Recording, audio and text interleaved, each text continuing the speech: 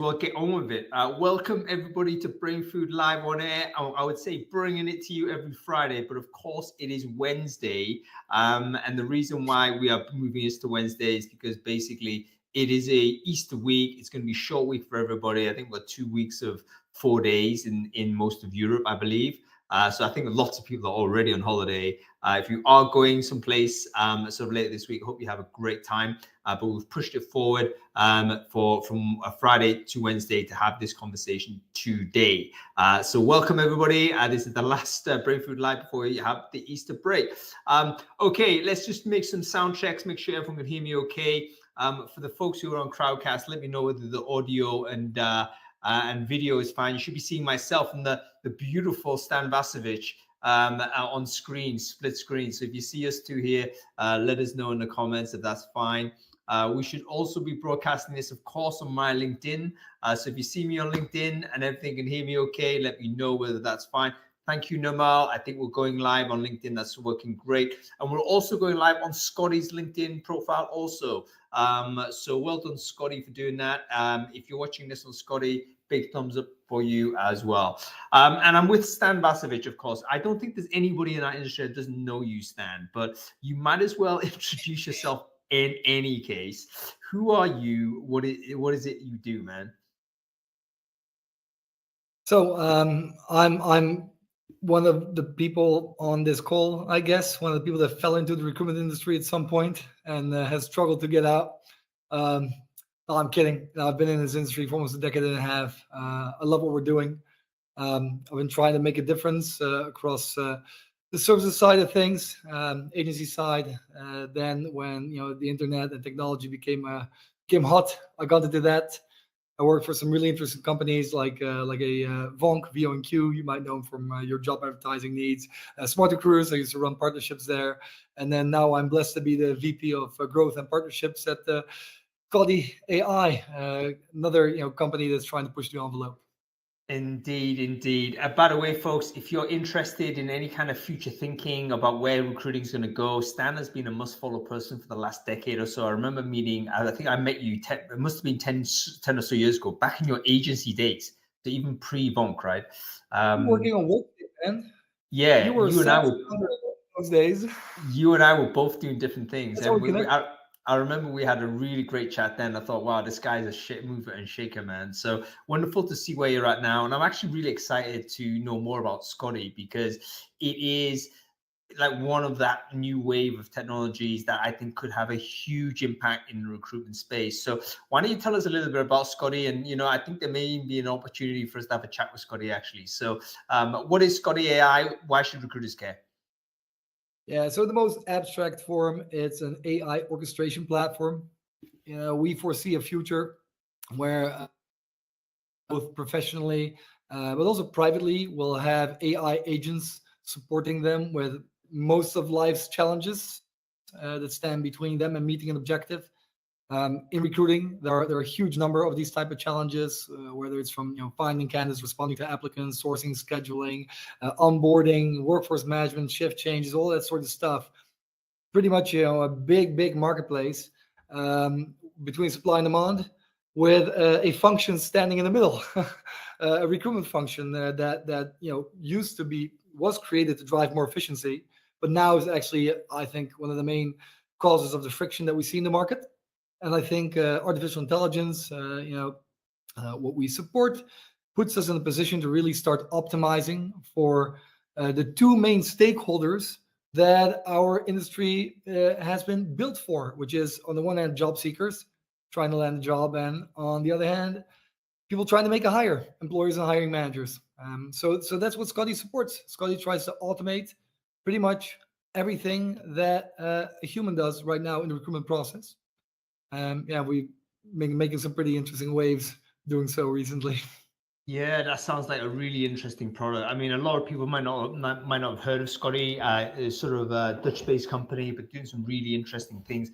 I don't know whether we have a chance to speak to Scotty at all, but if we do, then I'm more than happy, because it is voice based. A lot of it is actually having a conversation, isn't it? That's one of the key differentiators. It's the No, interface not is voice. really. Not really, to be honest. There's a huge category of really interesting companies: Qual, JobTwine, BabbleBots, Qualify. I know Vonka's dabbling in that space. Dial Me. I must have missed a few, right? But like the voice component is actually quite easy. It's you can build a voice bot over the weekend if you watch enough YouTube, read enough Reddit. Same goes for text. Like the hard stuff, the really hard stuff, is then having these AI agents actually do what you want them to do, and aligning with all of the other systems of records, all of the other solutions they're playing around in a hiring journey. That's the real difficult difficult piece. But definitely the front end, the voice. It's how it all started, because our CTO is of the conviction that ultimately voice is the best medium, the best interface, the most natural way of communicating. We now have that whole phone fear generation, that grew up with their face in the phone, and they want to read a piece of text 5 times, type an answer, delete it before answering. But now we're really swiftly moving into a new era, a new domain of gesture-based and voice-based communication. I think that's why we lean hard on voice. But in all honesty, like more than half of our conversations still happen through some kind of text medium, whether it's WhatsApp or text or Messenger or Instagram or WeChat or Lime or anything like that. Do you know what? That's actually a really interesting. I mean, we'll get into this a bit later, but absolutely, we've gone from like human to human voice conversations back in our early days recruiting. That was what it was. Then we shift to email. Then we moved to text, and now we're going back to voice. But maybe it's not human to human; it's actually human to bot initially. So we're constantly evolving what is the optimal channel to have dialogue. By the way, folks, I'd be interested to know whether you've experimented in any way with technology of this type. I know if you're a high volume hirer, which is the topic of conversation today, it's actually becoming increasingly common to use text and voice, automated text and voice, to interact with large volume candidates, particularly if you're hiring for seasonal hiring, or you're doing, recruiting for people whose primary device is a mobile phone. Email is not the way. You have to find another way to interact. When's the last time you sent an email on a phone? You're doing on text, you're doing WhatsApp, you're doing voice, you're doing video. That's basically how you've got to communicate with people who work outside and away from the keyboard. So that's something we'll dive into in a little while. Okay, before we kick off further, we obviously have to review the newsletter, Stan. Always high risk. I know you haven't read it, but still, let me know. Yeah. Who told you that? If you scanned it last week, what was interesting? Pick out 1 or 2 things we can have a quick chat about. No, man, I did check it out. And there are 2 things that I think that go hand in hand that really stood out for me. One I've close to heart, and that's the Hollywood is Broken piece. If you haven't seen it, it's a bunch of people that used to work in Hollywood, you would say in sophisticated, well-paid roles, that are now en masse going on TikTok explaining how their jobs got destroyed in front of their eyes, which is something I'm not celebrating, right? I know that pretty much Oppenheimer, like, all the AI companies are now death destroying of recruitment jobs. But that's not something we celebrate. I celebrate the optimized candidate experience, the better quality hires, the better hiring manager experience, the better hiring success leading to better business success, usually being good for us as a society, but like in the short term, what will happen is painful. So that's one that really stood out to me. Yeah, did you check really that one out, the TikTok one? Yeah, I did. Basically, I've shared it in the chat stream. I think it's a really powerful collage. Basically, it's a guy who is a Hollywood movie producer. He's out of work himself, but he asked his friends to also record a short video as to what their situation was. And it's a long collage of people basically saying the editor, to a camera guy, to a this, and this, and all of them are actually out of work and have been for a long while. One person even described herself as a former editor. So she's already psychologically moved on from her career path that she thought was actually long form. One thing probably no one anticipated was that artificial intelligence would come for the creative jobs first, but it seems to have happened in that particular industry. And yeah, basically generates a video, generates music. That's the point. That's the point, hun. That's the exact point. I'm predicting the very same thing will happen in our industry, whether we want it or not. Craig Payne, I keep quoting the guy. He said, you either make change happen, or change will happen to you. And there's a lot of people in Hollywood that had change happen to them. And man, that's why I'm advocating for anyone on this call and anyone in the industry, every event that I go to be the drivers of change, and not just to ensure continuity in job security and of income, but also because if we are the drivers of change, we can actually control it and make sure that it's change that we're happy with, rather than something detrimental to what we're trying to achieve or what we hope for our candidates or hiring managers or even ourselves privately. Yeah, 100%. I mean, I'm probably less of an extremist than you, Stan, which is of no surprise to anybody who knows our personalities. But I would say that we're generally pointing in the same direction. It's very important that we don't just sit there and have AI wash over the industry. We've got to really embrace it. And in fact, we've got to aggressively apply technology into the places where we think it can actually provide us with efficiency, because if we don't do it, someone else is going to do it. There's actually a really big, I think Accenture came out with their quarterly report only last week, and their biggest earner was their AI consultancy division. And you can tell, you can know what that means. That means you got thousands of Accenture consultants going to thousands of companies saying to their CEOs, you know what, you can get rid of that department, you can implement AI. So we in recruiting and TA and HR, we've got to look after our own sort of function and think, you know what, we have got to implement this before we have an Accenture guy turn up and tell our boss that that's going to happen. So we absolutely have to embrace. So I hope we, even though, we share sometimes tough messaging, it's there really to try and encourage us to go forward positively, to grab hold of this. Absolutely. Well, there's a second one that goes hand in hand. If unless you want to move over to the next segment. Yeah, let's go. Is very powerful, right? You can see working hours declining steadily for over the century. And look, the trend is super evident. At some point, robots will automate all physical labor. That will likely take longer than knowledge work, because a roofer is harder to replace, honestly, than a lawyer. We're starting to understand now, or a physicist, or economist, or a coder. But this is happening, right? And if we want to talk about it positively, my opinion is that's great. I am hoping I'll contribute to a world where we will actually be liberated from work. Before the show started, we were talking about how much we've been working and traveling. Man, I would love to never have to work again. Get infinite energy from the sun, get infinite materials from space, have drones bring those half fabricates to 3D printing stations, giving us infinite resources. Somehow creating a universal, not basic income from everyone in the world, so we go develop ourselves spiritually, mentally, socially, physically, intellectually, and that sort of stuff. Learn to play instruments, spend time with their family. Those future generations will look at our generation that worked for 40 to 60 coal miners. It'll sound crazy to them to waste a life sending freaking emails and doing phone calls to increase shareholder value. Come on, think about it. Anyway, that's my long-term extrapolation of that trend. But in the meantime, there's ways for us to get there. And I think riding that AI and technology wave, I think that's what everyone that's on this call again should be looking into doing, because it's the last thing that humans will ever have to do.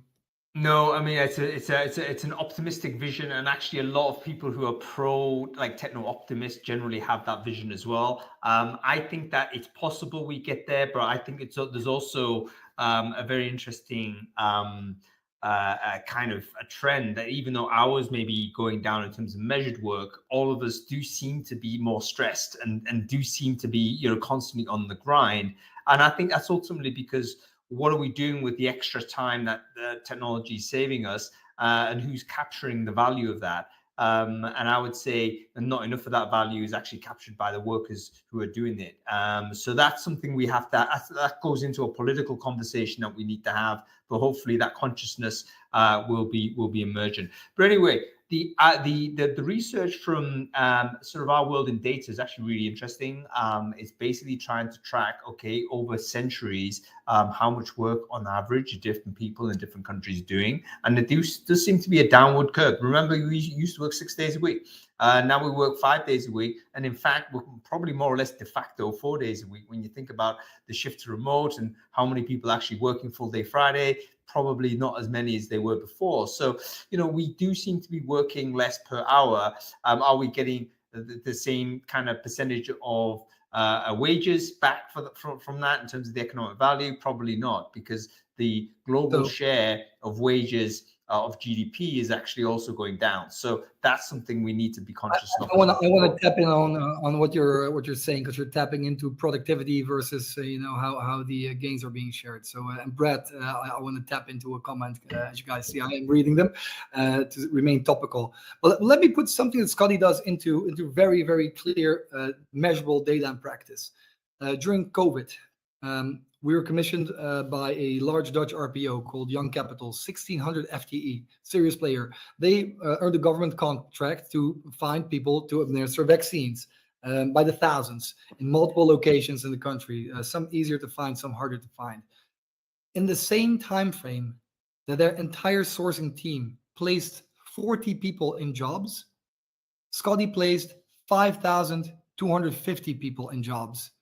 I can't tell you what Young Capital was being paid, but I can tell you that Young Capital paid Scotty less than 40 grand for that project. So 5,250 hires in about 4 hours time. In the same time, the humans made 40 What kind of hires are these, Stan? I mean, what kind of people are we talking about?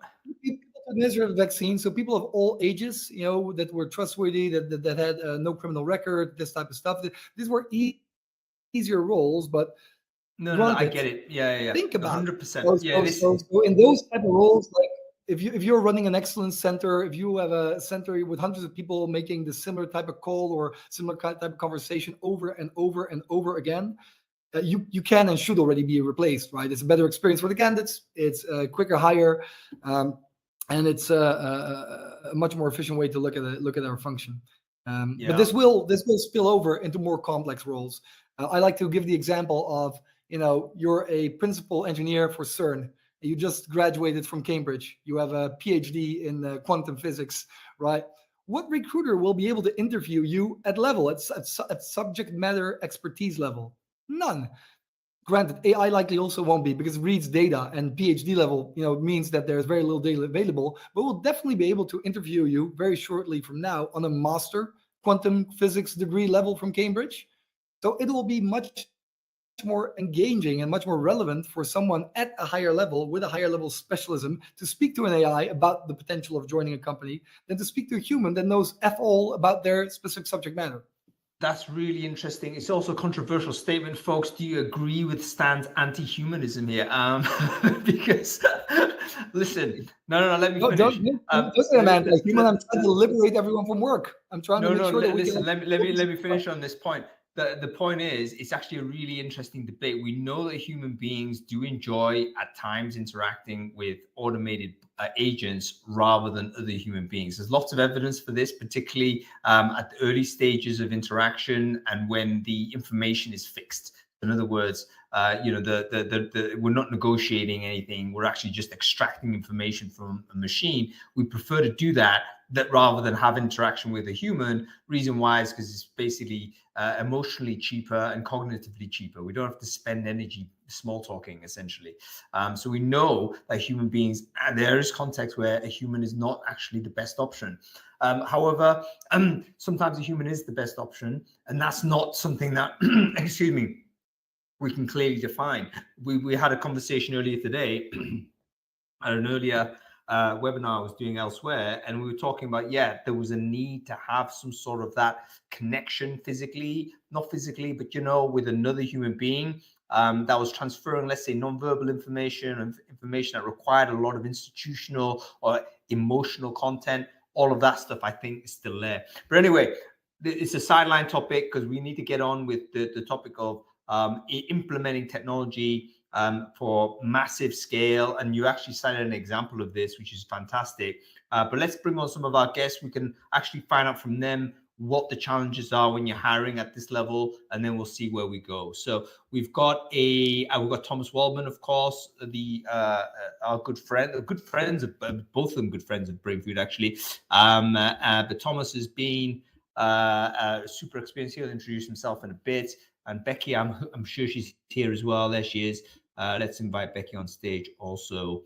Fantastic stuff. Yeah, it's an interesting debate. Every time I speak to you, Stan, we always have an opportunity to segue off into different things. We'll make space to have that conversation. I think it's super interesting. There he is, Thomas Waldman. How are you doing, Thomas? I'm good, thank you. How are you? Yeah, I didn't know good. that I was paneling for anti-humanism. Yeah, well, we have to get into it, you know. We have to get into these types of conversations. But you know, when Stan's on screen, all kinds.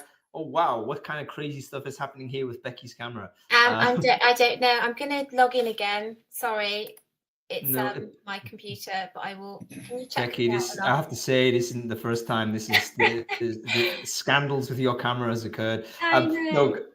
Log back in, Maria. All right. Yeah, Thomas, why don't you quickly introduce yourself? Who are you? What it is you do? My name is Thomas. I head up all of talent acquisition, contingent workforce, and retail recruiting at Action, Europe's largest retail discounter. We employ over 80,000 people in stores across 11 countries and need to therefore hire about 100,000. Before that, I was at Getir, and before that, I was at Just Eat Takeaway during the pandemic, where I had the great pleasure of putting 250,000 people on a bike in a year. I've been in recruiting for a long time. This is when you start, it's been that long that I'm not going to say the years anymore. You can look at the color of my hair and decide. Really feel like I was sort of promoted into volume recruiting. I started at TA, love it still, but volume recruiting is where the fun is, and I think where a lot of the innovation is going to happen for our industry. So yeah, that's This is why we're here. And by the way, I think Thomas's sort of background is amazing. Thomas, 250,000 people hired a year. That's crazy, right? That's ridiculous. But this is the sort of thing we're talking about. Can we learn anything from high volume hiring and potentially bring it to different contexts? We do have Becky here. Becky, wonderful to see you as usual. Hi, sorry. No worries. Hey, listen, I don't expect no drama when Becky Foden's on the screen. Can you quickly introduce yourself? Who are you? What it is you do? Hi everyone, I'm Becky Foden, and I recently left EY, so managing volume recruitment for all of the graduate work experience and school leaver programs. So we were hiring about 2,500 students per year, very large scale, complex process, circa 70,000 applications. And believe it or not, we actually had applications from every single continent around the world. So lots of challenges around that. And previous to that, I worked actually in high volume, but also in exec recruitment and also professional hiring. So have quite a good lens, I guess, across all of the challenges. But in particular, I am passionate about high volume because it is more innovative and using a lot more data. I'm going to be controversial on that, but I really believe in that. No, I think that's absolutely true. It's. I think it's even a niche kind of type of function compared to other styles of recruitment. It's a different breed. You probably need different skills and what have you. So, I mean, let's start with that. With regards to some of these challenges that you do have when you let's say you're suddenly tasked to recruit a large volume of people. What is the thought process behind? Like, how do you get started in tackling a big chunk like this? Any sort of let's come to you first, Thomas. I mean, use any example you have in your career, but what happens in your own thought process when you're presented with, okay, crap, we've got this big number to recruit in this short time frame. Clearly current practice is not going to suffice. We need to put together something that's make it happen. Well, that's typically when they hire me and everything gets sorted, right? Like that's how that works. No, but all joking aside, I think what I keep saying to everyone that in Dutch, there's actually a two-word sentence for recruiting, which is attraction and selection, which I really love because it's actually the two parts of the role, right? Like, so you start with figuring out, okay, how do I attract the right audience? And then how do I select the right person from there? That remains true if you're hiring that PhD that Stan was talking about, or whether you're hiring a store clerk for the Saturday afternoon in Swindon, right? Doesn't change. So in volume, you start thinking about, okay, how do I attract? And then what do I want to select for? I'll argue that volume recruiting typically is much harder than talent acquisition, right? That, again, I'll use that PhD that Stan used as an example. I have a pretty good predictor of success. If they've got an Ivy League PhD and they've done 10 years of work, then I can sort of predict what they're going to be good at, that they're going to show up on time. But for a store clerk, for example, or a bicycle courier, or any sort of high volume blue collar job, it's super difficult to predict performance. And even if you can, you typically predict performance at the direct detriment of the candidate experience. And so starting by, okay, what audience do I attract? But then how do I make sure that I have enough selection in there to pick out the right person and to not hire the people that are going to, steal my store empty or not show up for work or any of that? How do I make that happen without going down a rabbit hole of like this horribly long process? Yeah, so a couple of things straight away. Firstly, it's about attraction. So you've got to bring them in. You can't just source for the 10,000 people. Same with graduates, right, Becky? You're not sourcing. You've got to have some sort of way to pull them in. So that's straight away, that's different. And then, of course, because that funnel is quite wide, you've got to have a selection process and you've got to know how to select against those criteria. So this is a different mindset altogether. How do you increase those numbers? I mean, I'm presuming sort of you're joining a company that has high volume, so presumably they've recruited before to get to a certain size. But how do you then look at it and think, you know what, we need to increase or boost those numbers in? Becky, any thoughts on this? I mean, was that actually ever a challenge at EY, or was it always the case you were guaranteed to have like 100,000 applications? It was not an issue. I'm going to be really controversial and challenge you back on this, Hung, right? It's not an issue of volume. It's an issue of quality, right? In actual fact, I was trying to turn the tap off at EY. We had too many applications, 70,000 applications for 2,500 hires. That's 67,500 rejects, right? That is mass rejection city. It's bad for brand advocacy, and actually there are thousands of talent gems in there that we need to be thinking about. We called it phishing, but it's recycling, redirect. Rejection is redirect. So my big point to EY was we need to stop broadcasting, and this is not just EY, it's any firm that attracts volume. It's how do you look at that talent from a different lens? And for me, it goes back to data is absolutely pivotal, and it's about making sure you look at the funnel. So we had some really odd shaped funnels. Again, I was at Capita and we did big volume campaigns for TfL. I used to work at TfL, but for you, Les, the actual the green charging across London, and we were actually faced with hiring 600 customer service agents, right? And we never done it before in Coventry, right? So it was completely unknown. And in that situation, there wasn't a volume issue, right? Because we didn't have a brand. So attraction was really crucial. But then at EY, it was an attraction issue because of the type of talent we were attracting. So we needed to change the profile. So there was an issue there.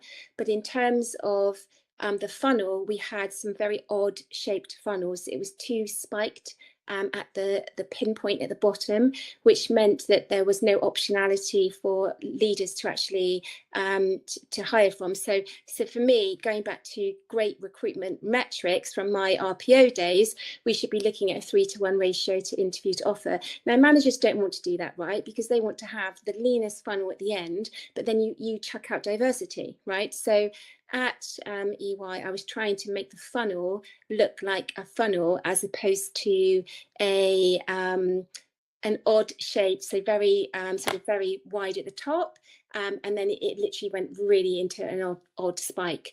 So it needs to be a funnel that allows that diversity through and allows optionality, and that's really important because we have to upskill leaders to make sure that they have more talent to choose from. We shouldn't be creating an elite funnel, So for me, it depends on the issue. At Capita, it was definitely an attraction, a positioning issue, and we were literally going live with a big contract, with a big bid, and we had, you know, literally to hire 600 customer service agents, and we had no process, right? So we launched in that situation evergreen roles. I would not advocate that.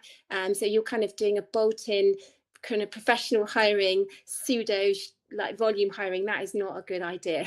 That is not a good idea, but it can be done, you know, and in that situation you need really good planning, a good project plan. So it can be done, you can run evergreens.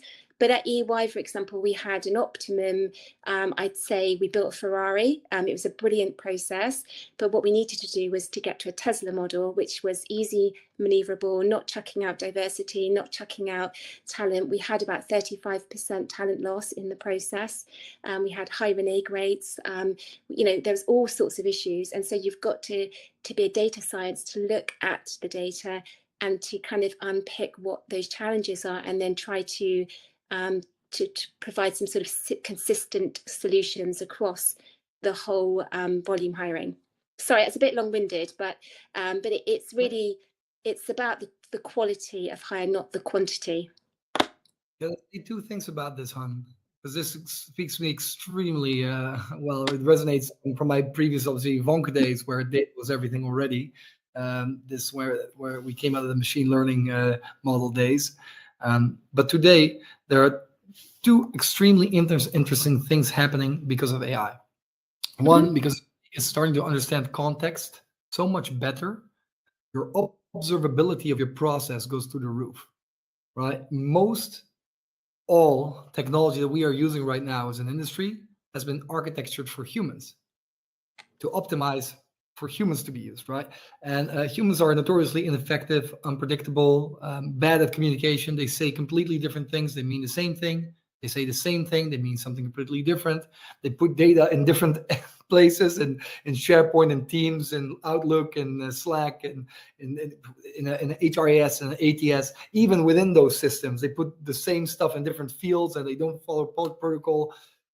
What AI can do by layering around it is take all that messy, unstructured data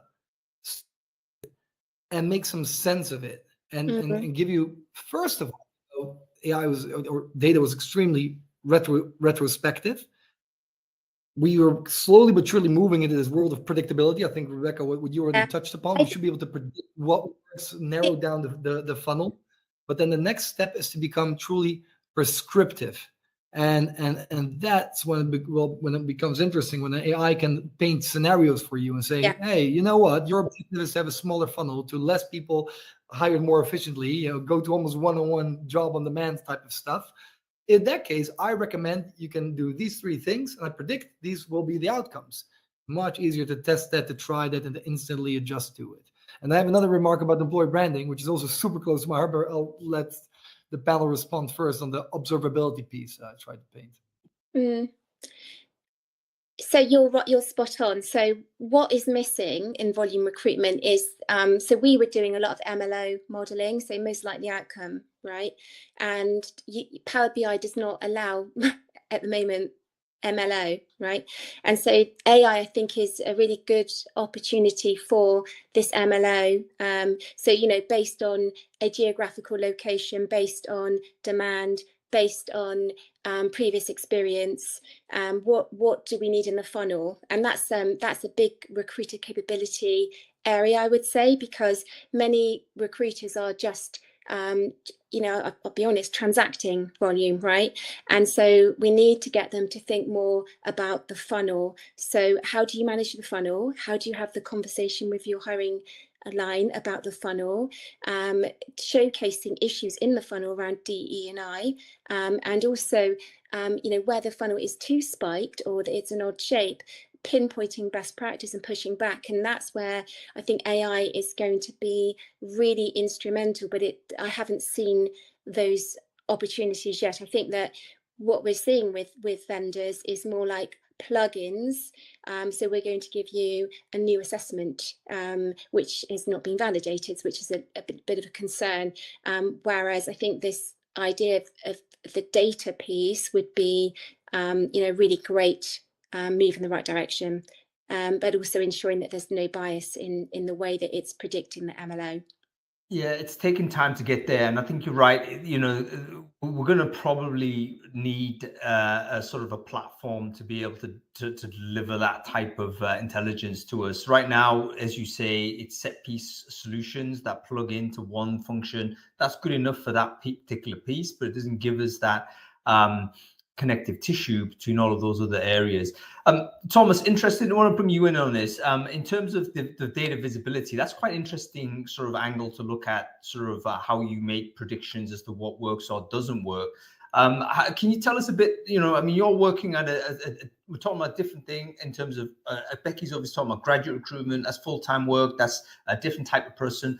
You're talking here about like gig worker, platform, hiring, etc. What kind of visibility did you have in terms of what kind of data did you have on those candidates? I guess there's not a huge amount out there, is there? I mean, location, maybe availability. What kind of data were you looking at? So it was bad enough that you called me an anti-humanist or put me in this thing, but if you're going to tell me that I've been hiring gig workers or fucking around with freelancers, I'm hanging up now, right? Let the record show, please, for everyone. I employ people. That's what I believe in. But I want to maybe actually step back a little bit first to what Becky and Stan were saying, right? Because I don't know if the people in the session actually heard it, but something very dangerous happened, which is Stan was talking about replicating decision making. Becky was talking about making decisions. And so before we think about whether we want AI for data or we want AI for the candidate experience, or maybe we want it to do selection, we want to know what we want the AI to do. Do we want the AI to make that decision for us? I'm saying for my store employees, even more so than the graduate recruiting or the PhD, because they have sort of hard criteria, I don't want an AI to make the hiring decision for me.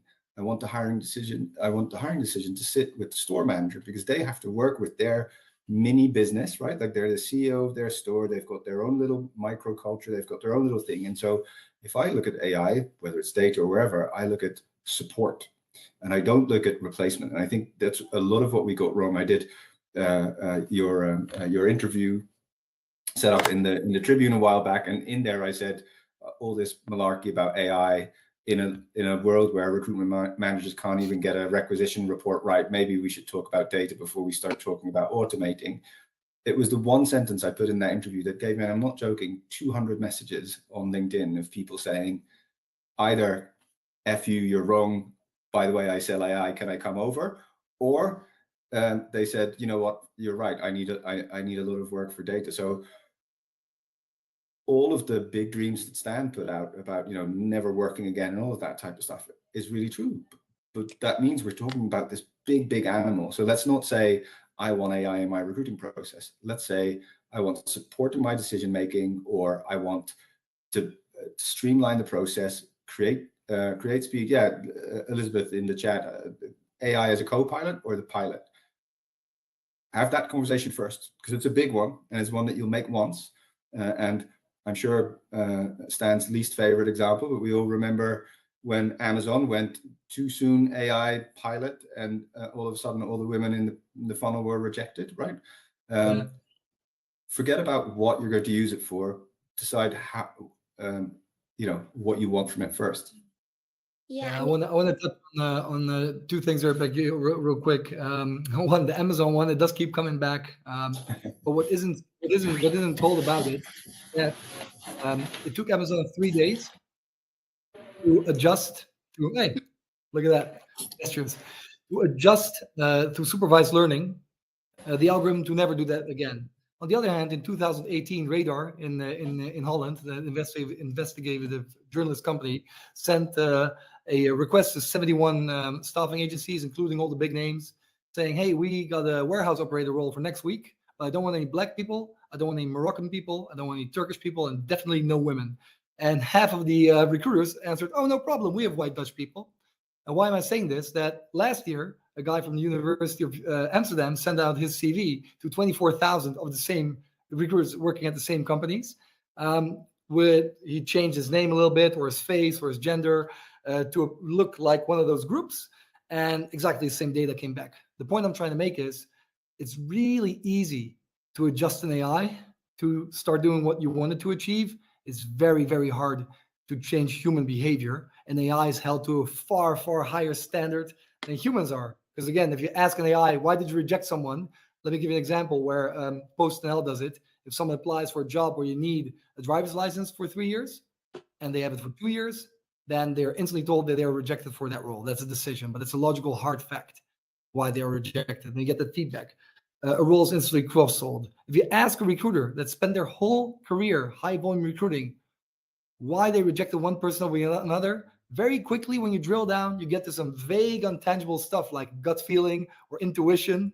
Well, the reason that still holds up in court when an AI needs to open up the entire kimono and show, well, exactly at this point at the 26th of March at 15, 14, and 23 seconds, this person said this and this and this, and that's why they scored lower than that person. It's a difference, right? But also that difference in quality, for me, is a predictor that AI will take over from humans, because at some point, candidates won't accept anymore that they've been rejected because of gut feeling or intuition. They will want to know the hard facts. And so I think we're agreed, right? Like, so I'm not saying like I knew I was going to elicit a reaction, bringing that up. Exactly. a little bit on purpose. It was a bit of an open shot. I apologize. What I'm saying is the example I was trying to give is even a company as big as Amazon didn't think about what they wanted from the AI before they implemented it. And so all I'm saying to the group is, whatever you use AI for, think of what you want from it. And I think, Becky, you were about to say you also want more of a supporting AI. So I think, just to be clear, I don't think AI should be making decisions because it's illegal because of GDPR, right? AI cannot. You cannot automate AI to make a decision in place of a human. It's actually fundamentally a GDPR ruling, right? So I think that's really important as a footnote. I completely agree. It needs to be a co-pilot, but I also think we need to be cautious about AI as well. So, again, in large volume recruitment processes, we mapped about 28 points of vulnerability. So one of the big emerging, I guess, risks to AI at the moment is candidate authenticity and integrity of your recruitment process in volume. And it is easier to cheat now, right? So there are many vulnerable types of issues in a process. So, an AI is at pace, so we have to be really nimble to understand some of the trends that we're seeing. So, AI is really great. I'm fully embracive of AI, but to your point, we need to define the problem statement that we're trying to solve in the funnel itself, and how can AI help us to make sure that we're removing any bias, that we've got a wide talent pool, that there could be hard kickouts, or perhaps education, all these things that are important to the job to streamline effectiveness. But there's also a big risk, which is around the integrity. So, candidates are using AI at the moment to effectively to help them through this process. And in some cultures, it's not cheating. It's actually seen as sharing and would be culturally acceptable. So, AI is actually kind of really challenging our thinking around cross borders, cultural norms, and also, dealing with some of the ambiguity around that, particularly if you're hiring globally. But this is also like generationally. I mean, there's been really interesting research from Arctic Shores about Gen Zs, and essentially the one of the very interesting findings is that the vast majority of Gen Zs did not feel using AI was cheating at all. It was like literally, yeah, I'm improving my application chances.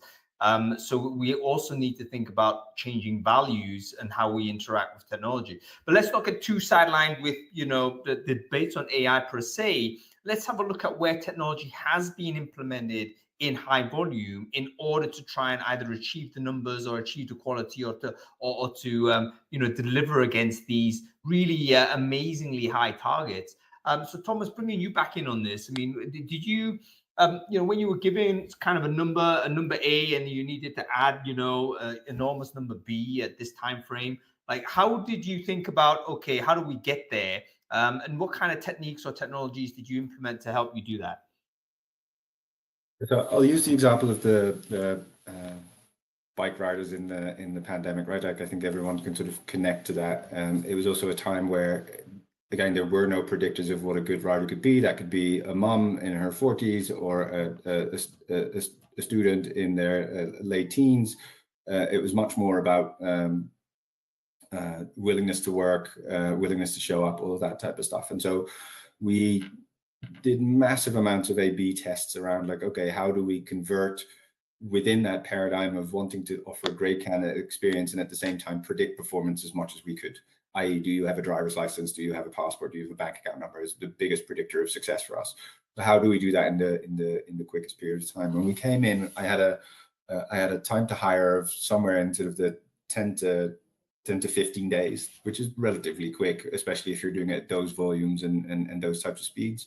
But we noticed very quickly that compressing the time had an immediate effect on conversion. So we didn't change anything about the questions, but we actually put some extra effort in and did all of the recruitment steps in 24 hours. So you applied, and then within 24 hours, the deal was you're going to have either a no or a labor contract in your inbox. And just by doing so, we increased conversion from somewhere in the low, sort of high single digits to 35% on our best day, just from time. So taking time into the equation again, right? Like that's the big thing of sort of blue collar work is time is a massive factor, right? And no one goes like, I want to be an astronaut, a fireman, or a bike courier, right? Like, so there's an urgency to the work. And so how do you use technology to make it really quick and easy? One page. Now, we've all seen the Workday memes of like how many fields you have to fill out in your application. So technology was much more of a how do I make this easy for an applicant? And I think that's, and then I'll stop yapping on, but I think that's the big thing, right? Like as recruiters, I see also, if I look at my sales inbox, I have a separate inbox where sales emails come in. Majority of people try to sell me things that make life better for the recruiter, to take the annoying job of reading a resume out or take a reporting out of my hands. Whereas in fact, I invested all of my money in how do I make it easier for the candidate, quicker, faster, more interactive. We used the chatbot, and that just made it so that we could hire in 24 hours. And we still had all of the same predictors. We still had all of the same paperwork done, but we did in 24 hours. And you can imagine, like on those types of numbers, if the average cost per hire was 100 euros, if I go from 100 euros and 9% conversion, then to 35% conversion, suddenly I'm saving the company huge bucket loads of money, still have the right people, more happy people, less rejections. So that's where I use technology mostly. No, that's a really interesting example. So listen, we all have this image of the funnel. I think, Becky, a wonderful sort of language to talk about the shape of the funnel, but maybe you can keep the shape, just crunch it down. Like, have you thought about it? Have you thought about potentially making it a lot shorter, particularly for time sensitive? Again, we talk about the demographic you're hiring for. If you're a blue collar worker, you're a gig worker, or whatever, or however you like to describe it, you've got different sort of drivers to your decision making. You don't want to be spending your time, anytime you're spending doing job search, quote unquote, is a waste of your time. It's costing you money. You want to get money now. So that's the reason why people do Uber. The reason why they do delivery stuff is because I need like immediate sort of cash flow without delay. So obviously, if you have an elongated process, it's going to be a deterrent. Crunching it all down. There's legal things you have to do. I understand the driver license thing. You need to be verified worker. Employers have responsibilities for all that. Because all of those sort of checkpoints need to be made. But let's see whether you can get it down in a short time frame. And by the way, what a great promise that is. If you can predict an outcome, and this is regardless of what type of worker, it could be a graduate, it could be an experienced worker. If you could say to that person, you enter this process and within X day, we will give you a yes, no answer. That's going to be straight away ticking the box in terms of I'm in or out, it, right? So being able to eliminate the ambiguity as to how long it would take, that seems to me like a very, very interesting thought to have in your when you're thinking about trying to improve your process. Becky, I want to go to you on this. I think you've already discussed a couple of ways in which you've tried to change how things work more effectively. How did you try and increase the quality of the people? Obviously, you can work on things like improving the ad copy and doing all of those things. Well, was there anything on the assessment that you changed to try and improve, you know, the quality of the people at scale? I mean, how did you even do that? So I think so. I think you have to look end to end, right? Because the issue is not just in the assessment at the point of assessment. You can bring assessment earlier in the attraction process. So at EY, we looked really end to end at the issue around the type of people that we were attracting, but also the issues were that with COVID there was a lack of work readiness. A lack of basic commercial acumen, even the ability to write emails, soft skills being the new hard skills. So we actually bolted in some pre-assessments front end, so to help candidates to have a bit of a realistic job preview, but also to deselect. I think the key point is deselection at this point is essential. So we actually developed a process that allowed for better deselection. And the reason being is that a candidate could only make one application per season, right? And if you imagine that it's costing us, let's be clear, hundreds of thousands of pounds to process all of these candidates, right? We couldn't let them make 3 applications like some markets do, because all of a sudden our cost profile would be up to like maybe 1.5, 1.8 million, right? So we have to make sure that that funnel is absolutely optimum. And we also had issues where with some of our business areas, they'd have like 80 applications per hire, and some areas which were really, I guess, the poor cousins would have, basically 12 applications per hire, and we needed to get to 19 optimum, right, in that area. So there were lots of issues, and then you put locations on the top there. So what we did was we put more deselection in the attraction. We built a learning platform, which was an adventure platform, which is all about your career. So it allowed for better previewing. And then as they came through the selection process, one thing that we did do, which was groundbreaking actually, and we did win an award for this with the CIPD, but we actually uncoupled our assessment process. There used to be 8 stages. It's ridiculous. You cannot have 8 stages. It's a bit like Goldman Sachs. No disrespect to Goldman's. I've been working in banking. I think it's some great practice in banking, of course, but we needed to get to an optimum 3-step process. And we took that 3-step process even further, and we did it in one sitting. So students could come in and do all of our tests in one sitting. They could go away, make a coffee, come back, and we ensured that we allowed in certain processes timers to be on, timers to be off. It depended on whether it was a regulated role or non-regulated role. So we allowed more agility in the process. We also bolted in videos within each of the actual assessment exercises to allow coaching and nurturing for candidates to get through the funnel. And at this point, and there was a motivational questions as well, which we kind of bolstered up. So we spent a lot of time trying to kind of do a bit of a course correction to get the right candidates in the funnel at the right place at the right time, to bolster the funnels elsewhere, so that we wouldn't have to spend our time at the end of the season redirecting candidates and kind of like trying to do a major course correction where there was unfilled demand. So in answer to your question, it's end to end, but I think the idea of putting assessments into one sitting, actually having a candidate immersive type experience. At the end, as I left EY, which was really neat, what we did, we actually, we went back vintage with some of our roles to assessment centres. So half of the process was automated, the other half was back vintage.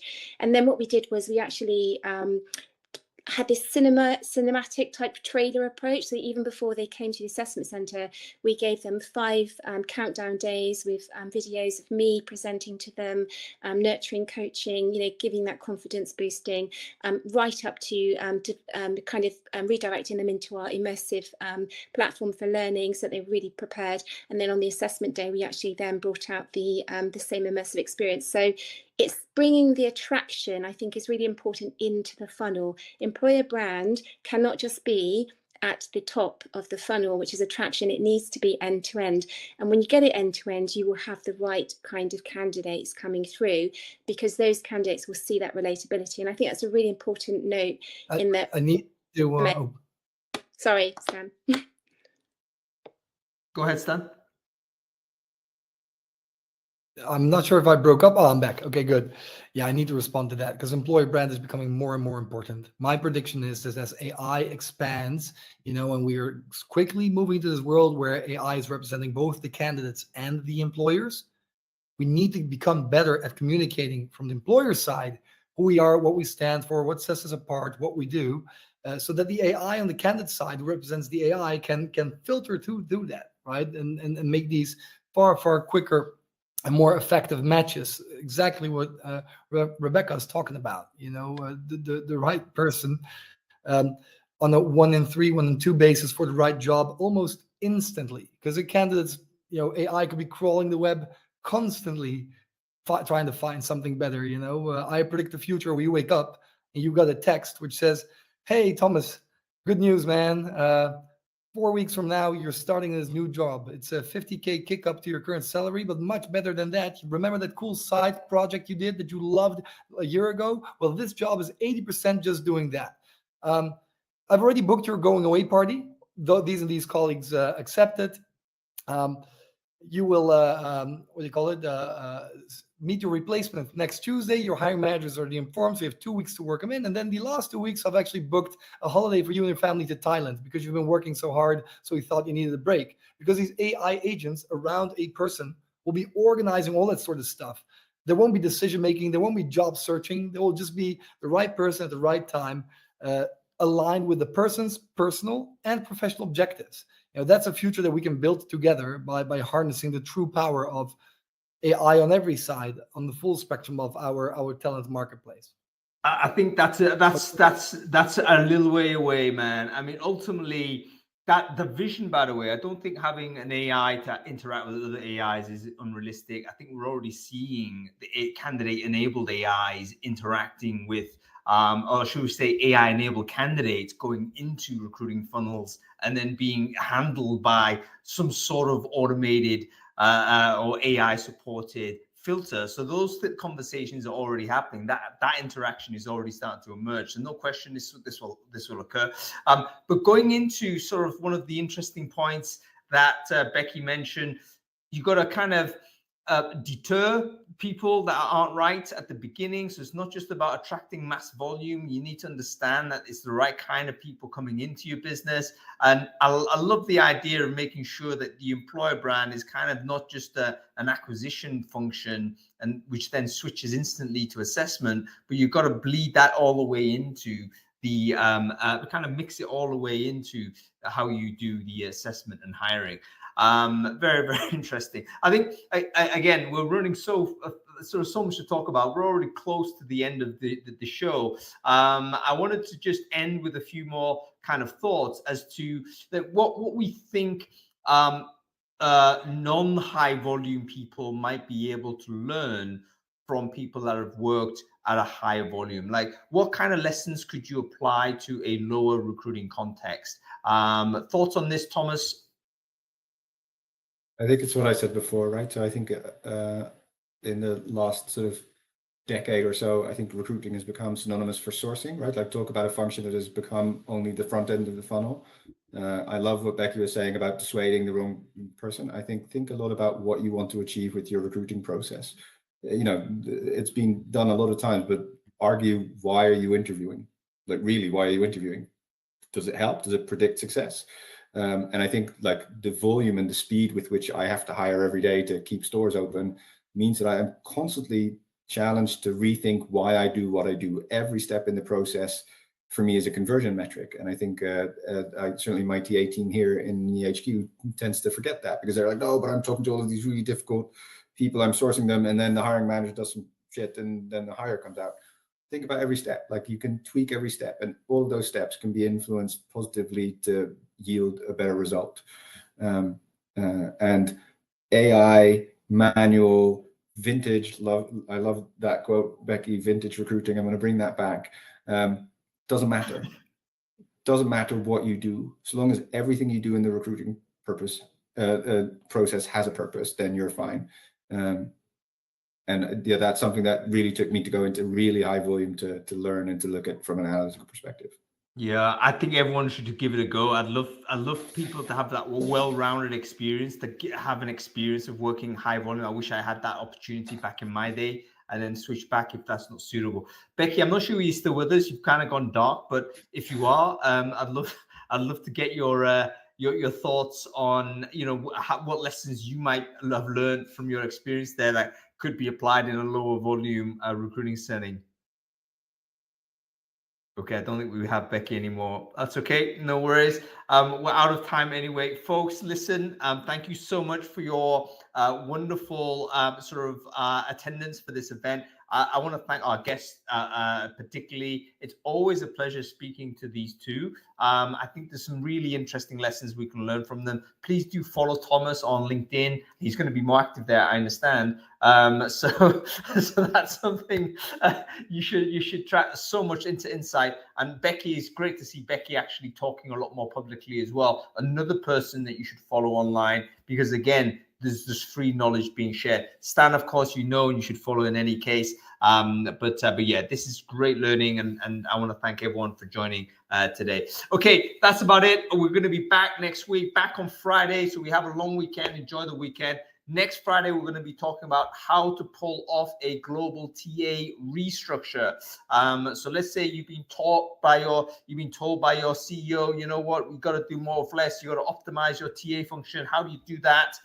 We are going to talk to a number of people who've already had that experience. The list of people joining is absolutely fantastic. Sign up for that show.